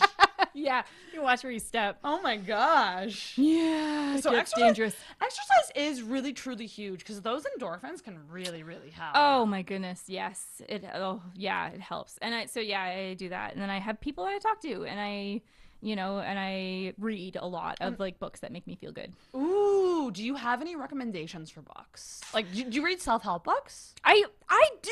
I just started getting into it. Those are the only ones that I read. So feel free to recommend anything. Really? Well, I read Lean In by Sandberg. What's her first name? I always forget her first name, but she's the COO of Facebook. Oh, okay. Yeah, and it's I guess maybe it's not so much self-help, but I felt it helped me. Interesting. Yeah, and I'm currently reading You Are a Badass. I've heard about this book. I really like it. I totally love it. I do. Is it just very like kind of motivating you to get on your stuff? Or like pretty much, like just how to like own who you are. Oh, I like that. Yeah, I really like it, and just like to basically like like this fear that you can have where like you feel like you're doing well, and then you're like, well, when's the other shoe gonna drop? Yes. Yeah. I hate that feeling. I hate that feeling too, and I carry it with me. And so now I'm starting to be like, no, good things can happen, and good things can just happen, you know? Like, and then can be good and you can enjoy them. And they can be good, and yes, just enjoy it. And so I need to it addresses that kind of thing. It addresses there being a higher power. Oh. Like, like I believe in God. Like, I mean, I went to Bible college. Right. But yeah, and so I like the way that she kind of acknowledges it, though, because it's from a point of view that I have not really been introduced to before, and I really like it. It's really good, and yeah, so I'm reading that, and then I'm also reading a place called The Places That Scare You. The Places That Scare You. Ooh, okay. That sounds intriguing. Yeah, and it's like written by this woman. She's a Buddhist, and so I think she's a Buddhist monk. Okay. Maybe. Ooh. And so anyway, but it's like, so it's written from a Buddhist perspective. Fascinating. And it talks about addressing your emotions, your feelings, and sitting with them and how to sort through them. And I found that to be so helpful. Right. Yes. Because you must notice a difference from now and 17. The 17-year-old girl who was in the abusive relationship. Yes. Like, you've probably come leaps and bounds, eh? Huge. Yes. But nothing happens overnight. None of it happens overnight. It's so much work. It's so much work. It's so difficult. It's not easy at all. And it's the best thing that I have ever done for myself. Working on yourself. Working on myself. That's the most. I mean, it's cheesy to say, but it's the most important relationship in your life. It is, because the relationship with yourself. Yes. Yeah. Yes. Yeah. Yeah, and you have to work on yourself. It's not selfish. It's important because it helps you bring more to everyone else. Exactly. Yeah. Exactly. And don't be ashamed of doing it. No. Because there's a lot of people that I kind of see or observe, and I think, like, God, you'd be so much better if you just took some time for you. Yes. And to work on you. And it's going to suck and it might be painful, but, like, just do it. And you'll be in a better place. Yeah. Like, and it makes me so sad when I see people who have this mentality of, like, I'm a martyr. Right. And it's just like, oh, I haven't had a minute to myself since I don't even remember when, like, years. And I feel like, what's a bubble bath? Ha, ha, ha. And it's just kind of like, I feel so sad for you. Like, this is so important. Yeah. And you're draining yourself and slowly killing yourself. You know what's another one? Yeah. You can sleep when you're dead. Oh, yeah. What's that? Yeah, you're not a hustler if you want 8 hours of sleep. Yeah, I need my 8 hours of sleep. Which, trust me, like, I've had my nights. And I know it isn't good. And I make those decisions and I always regret them. But, like, don't be ashamed to self-care. Yeah. Jesus. Like, right? Don't do that. Don't do that to yourself. Like, and that's so, and then it's like having a problem and choosing to embrace the problem and just be like, yeah, but I'm going to just keep with this problem because it makes me feel proud. Like, don't do that. You're not helping anybody. And frankly, you're annoying other people. Yeah. You're the annoying person that I am afraid of being. I love it when people think you'll cave to them. Like, they'll say things like, no, stay up. You can sleep when you're dead. And then you're like, no, I'm going to bed. Like, yeah, nope. And you give it right back to them and they're like, oh. Like, you don't back down from it. Yes. Which, getting a backbone is a huge thing. A huge thing. I still don't fully have one, but I'd say that it's like... It's developing. It's developing, and it feels so great. Upright-ish. It's getting upright-ish. Yeah. Yeah. How do you stand up for yourself? Are you somebody who... Like, I feel like, again, I keep going back to the woman thing, but we always tend to... We might come off as passive-aggressive because we're trying to be nice. Yeah. While we're standing up for ourselves, rather than just being like, no. Yeah. Or like being a little more forward. Do you find that that's like, do you have a style in terms of how you express when you have to stand up for yourself? I tend to try to be funny about it. Same. Yeah. And then very, very recently, I've started to just be like, look, I love you and I don't want to hurt you. But this is how I'm feeling, and I would be doing both of us a disservice if I wasn't saying this. Saying it. Yeah. Yeah. I've been trying that approach, and so far it's gotten really great reviews. It's gotten 5-star review on iTunes. Yeah, please. Rate and review. That's fast. Yeah, the humor thing is something I do too. Because I struggle with people thinking I'm dumb. Me too. Yeah. And that's a tricky one, especially when it's friends or people that you know. And that can be even trickier. Like, I find with strangers, I'm fine. Yeah. But when it's a friend, like, it kind of hurts more because you're like, you should know me better to know that, like, I do know what I'm doing. Yes. And you don't have to, like, make it seem like I'm an idiot. Yeah. And I always approach it as, like, hey, guys, like, you know, I know it may seem dumb, but I'm not. Like, and I kind of make it a joke like that. Yes. And yeah. I kind of put it back on that. It usually makes them feel bad. You know what? Yeah. But again, like, what are you going to do? Ask questions to people. Don't assume. Ugh. Yeah. Biggest takeaway. Yeah. I usually do a thing where I'm like, what? Stop talking to me like that. I'm like, what's this The pitch goes up a bit. The pitch goes up high. And I'm just like, ah! I should try that. Yeah. Sorry, everybody who's like listening with like headphones, earphones right you then. Got it. You I did. Okay, yeah, good. I'm getting better at that too. My AV to... friends keep telling me that I'm too loud on this show. So yeah, I'm trying to. I can be unpredictably loud, and I think I can be kind of explosive sometimes. I'm trying to like not do that. No, we're the same. Don't worry. Cool. My listeners are used to it, so. All right. But Ruth, we're at an hour 45, so we will wrap it up. But I want to say thanks so much for coming on. Oh my goodness, this was Thank lovely. you so much for having me. Yeah. Will you come on Optimistically Depressed? I would love to. Really? Yes. I would love to.